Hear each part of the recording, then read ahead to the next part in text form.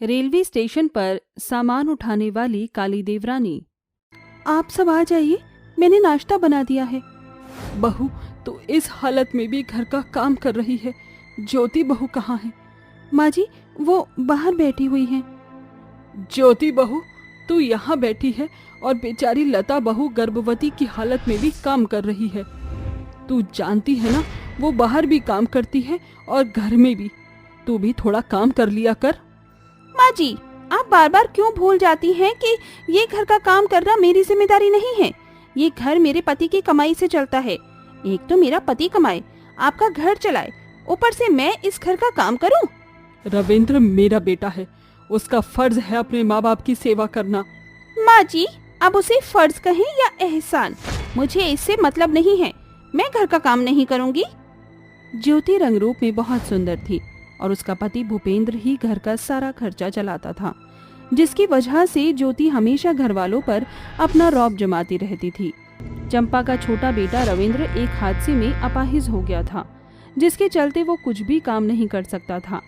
इसीलिए ज्योति हमेशा रविंद्र और उसकी पत्नी लता को ताना देती और घर का सारा काम लता से ही करवाती। लता घर के काम के साथ साथ रेलवे स्टेशन पर सामान उठाने का काम करती है। लता गर्भवती थी, लेकिन अपने घर को चलाने के लिए उसे मजबूरन ये काम करना पड़ता है। लाइए भाई साहब, मैं आपका सामान उठा देती हूँ। कितने हुए? 20 रुपए। ये लीजिए। लता ऐसे ही दिन भर ट्रेन से उतरने वाले हर पैसेंजर का सामान उठाती और 4 पैसे कमाकर घर लाती। आ गई महारानी, समय से घर नहीं आया जाता क्या? घड़ी देखी है कितना समय हो रहा है? खाना कौन बनाएगा, तेरा बाप? मेरा बबलू कब से भूखा है। जा, अब जल्दी से खाना बना। भाभी, मैं अभी आई हूँ और बहुत ज्यादा थकी हुई हूँ। थोड़ा आराम कर लूँ, फिर मैं खाना बनाती हूँ। तू क्या कहीं की महारानी है जो तुझे आराम करना है? मेरा बेटा भूखा रो रहा है, तुझे दिखाई नहीं दे रहा? और तू पत्थर तो तोड़ती नहीं जो थक गई है। थोड़ा बहुत सामान उठाने से कोई भी थकता नहीं है, समझी? भाभी, आप जानती है ना मैं गर्भवती हूँ। ऐसी हालत में भी मैं दिन रात काम करती हूँ, जिसकी वजह से मैं थक जाती हूँ।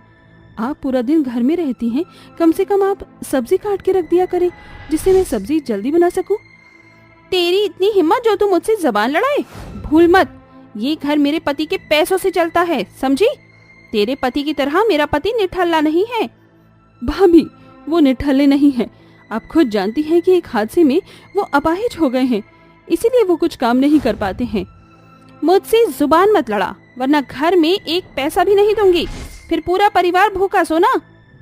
परिवार का सोचकर लता चुप हो जाती है और जाकर सबके लिए थकी हुई हालत में भी खाना बनाती है।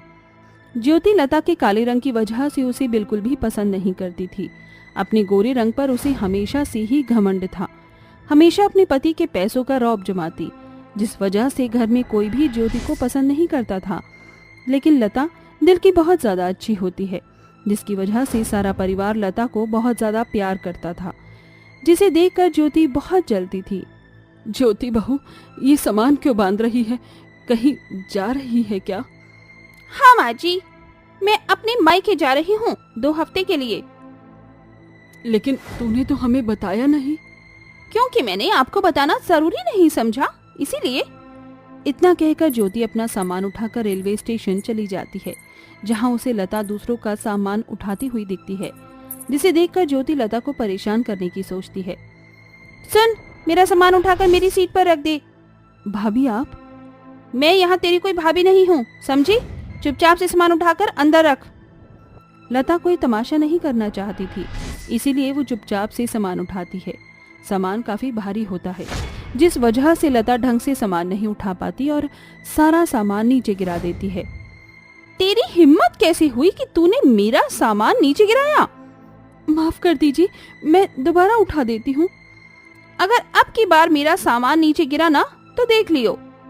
लता सामान उठाने की हालत में नहीं होती है, लेकिन फिर भी वो सामान उठाकर सीट पर रख देती है, जिसके बाद ज्योति लता के मुंह पर पैसे फेंक कर मारती है। ये ले तेरे पैसे, इन्हें उठा और यहाँ से जा। भाभी, ये लक्ष्मी माता है, आप इन्हें ऐसे फेंक कर उनकी बेइज्जती मत कीजिए। अब तू मुझे सिखाएगी? तेरी औकात ही क्या है? 2 पैसे कमाती है और उसमें इतना रौब?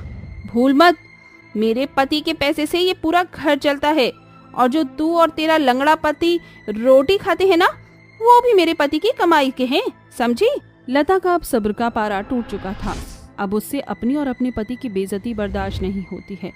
बस भाभी, बहुत हो गया, बहुत सुन ली मैंने, और अपने पति की बेइज्जती। अब मैं उनके खिलाफ एक भी शब्द नहीं सुनूंगी, समझी आप? अच्छा, अब तो तेरे मुंह में जुबान आ गई है ना। अब तो देख, तेरा पति भूखों मरेगा। कोई बात नहीं भाभी, आपकी उस बेइज्जती की रोटी से लाख गुना अच्छा है कि हम इज्जत से भूखे मरे। ज्योति को लता के मुंह से अपनी बेइज्जती सुनकर बहुत ज्यादा गुस्सा आता है, जिसके बाद वो गुस्से में ज्योति को नीचे गिरा देती है, जिससे लता के पेट पर लग जाती है और उसे दर्द होना शुरू हो जाता है। माँ, मेरा बच्चा। लता की चिल्लाने की आवाज सुनकर ट्रेन में मौजूद लोग उसे हॉस्पिटल ले जाते हैं। जब लता के गिरने की बात उसके परिवार वालों को पता चलती है तो सारा परिवार भागता हुआ हॉस्पिटल आता है। डॉक्टर साहब, मेरी बहू ठीक तो है ना? उसे या उसके बच्चे को कुछ हुआ तो नहीं है? देखिए, अभी कुछ भी कह पाना बहुत मुश्किल है। वो सीधे पेट के बल गिरी है। अगला कुछ समय उसके लिए बहुत मुश्किल होने वाला है। डॉक्टर, आप कुछ भी करिए, मेरी पत्नी को बचा लीजिए। हम अपनी पूरी कोशिश कर रहे हैं। इतना कहकर डॉक्टर लता को ऑपरेशन थिएटर में ले जाते हैं और बहुत समय बाद बाहर आते हैं। डॉक्टर साहब, मेरी बहू कैसी है? बताइए डॉक्टर, मेरी पत्नी कैसी है? देखिए, घबराने की कोई बात नहीं है। लता जी और उनका बच्चा दोनों ही ठीक है। ऐसा बहुत कम केसेस में ही देखा जाता है कि ऐसी कंडीशन में भी माँ और उसका बच्चा बच जाए। डॉक्टर साहब, आपका बहुत बहुत शुक्रिया। शुक्रिया आप मेरा नहीं, भगवान का करिए। और आप सभी को मुबारक हो, आपको बहुत प्यारी बेटी हुई है। सारा परिवार बहुत खुश होता है, लेकिन ज्योति बहुत डरी हुई होती है। उसको डर होता है अगर लता ने किसी को बता दिया कि मेरी वजह से लता गिरी है तो सारा परिवार मुझे घर से निकाल देगा। बहू, तू ठीक है? तू गिरी कैसे? माँ जी, वो मैं सामान उठा रही थी, सामान भारी था जिससे मैं गिर गई। बहू, तुझे मना किया था ना, लेकिन छोड़, अब सब सही है। अब तू आराम कर, हम सब जाते हैं। सारा परिवार बाहर जाता है, लेकिन ज्योति बाहर नहीं जाती। उसे लता की मुंह से ये बातें सुनकर अपनी गलती पर बहुत पछतावा होता है। लता, मुझे माफ कर दो। आज मेरी वजह से ही तुम अपना बच्चा खो देती।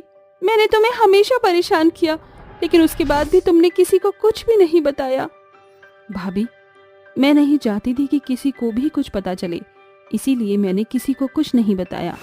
लता इतना सब कुछ होने के बाद भी ज्योति को माफ कर देती है, जिसके बाद ज्योति सुधर जाती है। अब वो कभी भी घमंड नहीं करती और सबके साथ मिलजुल कर रहती है। गरीब कविता के घर के सामने अमीर माया और उसकी प्रेग्नेंट बहू प्रज्ञा रहती थी, जो कि अभी अभी एक बड़ी ट्रिप करके वापस लौटे थे। तो शाम के समय वो दोनों कविता के घर आकर कहती हैं, अरे कविता, जरा देख तो, मैं वहाँ से कितनी अच्छी खबर लेकर आई हूँ। तुझे पता भी है कि मैं किस ट्रेन में सफर करके आई हूँ? अभी इतनी हाई क्लास थी, इतनी हाई क्लास कि तुम जैसे गरीब तो वहाँ जाने की सोच भी नहीं सकते। हाँ माँ जी, आपने बिल्कुल ठीक कहा है। मैंने तो कभी सोचा भी नहीं था कि आप और वो मुझे इस रॉयल महाराजा वाली ट्रेन में ले जाएंगे। इतनी आरामदायक जगह थी ना, क्या बताऊं। हाँ, पर सीट नहीं थी, एक पूरा फ्लैट टाइप था। जहाँ का बेड था वो भी मखमल वाला सोना था। ऐसी थी जिस खिड़की से हम सुंदर सुंदर नज़ारे देख सकते थे। इतना ही नहीं, वहाँ इतनी अच्छी रॉयल डाइनिंग टेबल थी कि वहाँ खाना खाने में मजा आ गया। अच्छा, ऐसी भी कोई ट्रेन होती है क्या? ये सुनकर तो माँ जी मेरा भी मन कर रहा है कि हम उस ट्रेन में जाएं। हाँ माँ जी, वैसे आंटी, आखिर शानदार महाराजा वाली ट्रेन है, उसका एक जने का टिकट कितना होगा? लगता है मैंने अभी जो कहा था वो ठीक से तुमने सुना नहीं। फिर भी मैं ट्रेन के टिकट तुम्हें बता देती हूँ। तुम्हारी औकात से थोड़ा बाहर है। पूरे 1 लाख का टिकट है एक जने का। मुझे नहीं लगता ऐसी हाई क्लास ट्रेन में तुम सफर कर पाओगी, वो भी अपनी बहुओं के साथ। हाँ माँ जी, बिल्कुल ठीक कह रही हैं। आप चारों लोग भी उस हाई क्लास महाराजा ट्रेन में सफर करोगे तो भी आपको 4 लाख रुपए लग जाएंगे, और अपने पति को ले जाओगे 7 लाख। समझते हैं तुम्हारे पास 7 लाख क्लास रुपए ट्रेन में घूमने के लिए है क्या? अरे मोरी मैया, इतने पैसों में तो हम विदेश घूम कर आ जाएंगे या फिर 4 बार मुंबई घूम लेंगे। हम जैसे गरीब इतने पैसे इस ट्रेन में लगाएंगे तो 7 दिन के लिए। बाप रे बाप। देखा माँ जी, इनकी सबकी तो सुनकर होश ही उड़ गए 1 मिनट में। मैं आपको सबको वहाँ की फोटो भी दिखाती हूँ। बहुत मजा आया था रिलैक्स करते हुए वहाँ के नज़ारे देखने में। हाँ बहू, ऐसे समय में मेरी बहू को मैंने बहुत खुश किया है। गर्भवती औरतों के लिए ये ठीक भी रहता है। कविता, तुम्हारी बहू जब गर्भवती होगी तो क्या तुम इन्हें ले जाओगी? वैसे मुश्किल है, मेरे घर पर नौकर आते ही होंगे, जरा उनसे चाय बनवा कर पी लूं। और बहू, तू चिया सीड का जूस पीना। अच्छा, अब हम दोनों चलते हैं। जी माँ जी। तभी दोनों अमीर सास बहू अपने घर चली जाती हैं। उनकी ये बात सुनकर कविता और उसकी तीनों बहुओं को बहुत बुरा लगता है। माँ जी, मुझे समझ नहीं आता, हमेशा ये दोनों अमीर सास बहू अपने पैसों का दिखावा करने हमारे घर क्यों आती हैं? हमेशा चढ़ाकर चली जाती है। और इतना ही नहीं माँ जी, हमेशा हमें गरीब का ताना भी देती हैं। काश इतने सारे पैसे होते और हम इनका मुंह बंद कर देते उस महाराजा हाई क्लास ट्रेन में जाकर। वैसे माँ जी, उन दोनों के ये बताने से हम तीनों बहू का उस ट्रेन में जाने का मन कर रहा है। कोई कुछ भी बोलेगा, तुम्हें चिढ़ाएगा तो तुम भी नीचा दिखाने के लिए ऐसा ही करोगे। जितनी चादर होती है उतने ही पैर पसारने चाहिए। जानती हो ना तुम कि तीनों के पति कितना कमाते हैं? 3 महीने भी कमाएंगे तो भी 1 लाख रुपए नहीं कमा सकते। इच्छा तो मेरी भी हुई है सुनकर जाने की, पर इसका मतलब ये नहीं है ना कि हम अमीरों को देखकर हाई क्लास ट्रेन में जाएं या हवाई जहाज में उड़े। बहुत ख्याली पुलाव बना लिए, अब जाकर घर का काम करो। जी माँ जी। तभी तीनों बहू रसोई में जाकर काम करती हैं, खाना बनाती हैं। तीनों के पति विराट, विक्रम, सुभाष आ जाते हैं, जिन्हें तीनों बहू सारी बात बताती हैं। तुम पागल हो भारती, जो तुमने सुना इतना आसान नहीं है ये सब। बहुत पैसे चाहिए इसके लिए। हम तीनों भाई मिलकर 7 लाख कैसे कमाएंगे? भाई बिल्कुल ठीक बोले, और ये सब वेस्ट ऑफ मनी भी है। हाँ, अगर ट्रेन में घूमना है तो अपने चद्दर तक ही लेकर चलो, और जब तक ट्रेन में चप्पल चोरी ना हो और सीट के लिए बीच बीच ना हो तब तक मजा कहाँ आता है ट्रेन में घूमने का। अजी आप तो चुप ही रहिए। हम गरीब हैं तो हमेशा गरीब वाली सोच रखेंगे क्या? थोड़े से पैसे कमाकर उधर भी जा सकते हैं। तुम तीनों फिर से मेरे बेटों का दिमाग खाने लग गई। अभी अभी काम से आए हैं, थोड़ा रुक जाओगी? जी माँ जी। वक्त गुजरता है। तीनों बहू के ख्यालों में हाई क्लास ट्रेन के सपने ही आते रहते हैं। फिर अचानक से तीनों बहू गर्भवती हो जाती हैं। उसके बाद वो और भी ज्यादा हाई क्लास ट्रेन के बारे में सोचती हैं और अपने पति और सास को वहां जाने के लिए बार बार कहती हैं।